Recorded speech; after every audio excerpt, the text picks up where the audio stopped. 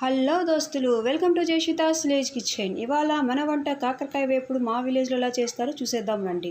ముందుగా కాకరకాయను తీసుకొని వాటర్లో బాగా వాష్ చేసి కట్ చేసి పక్కన పెట్టుకోవాలి. ఇప్పుడు గ్యాస్ మీద కడాయి పెట్టుకొని కడాయి హీట్ అయ్యాక ఇందులో 2 టేబుల్ స్పూన్ ఆయిల్ వేసుకోవాలి. ఆయిల్ బాగా హీట్ అయ్యాక ఇందులో 1 టేబుల్ స్పూన్ పోపు దినుసులు వేసుకోవాలి.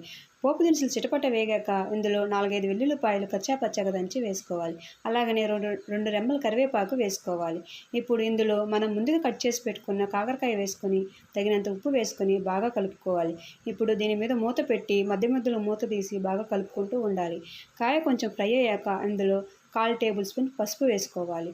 కాసేపు కలిపి మూత పెట్టి మళ్ళీ 1 టేబుల్ స్పూన్ కారం వేసుకోవాలి. ఇప్పుడు బాగా ఫ్రై చేసుకున్నాక గ్యాస్ ఆపేయాలి. మన వేడి వేడి కాకరకాయ వేపుడు మన విలేజ్లో ఎలా చేస్తారో చూసేసాం. సో మీకు మా వీడియోస్ కానీ నచ్చినట్లయితే do subscribe, like, share, comment దోస్తులు. Thank you.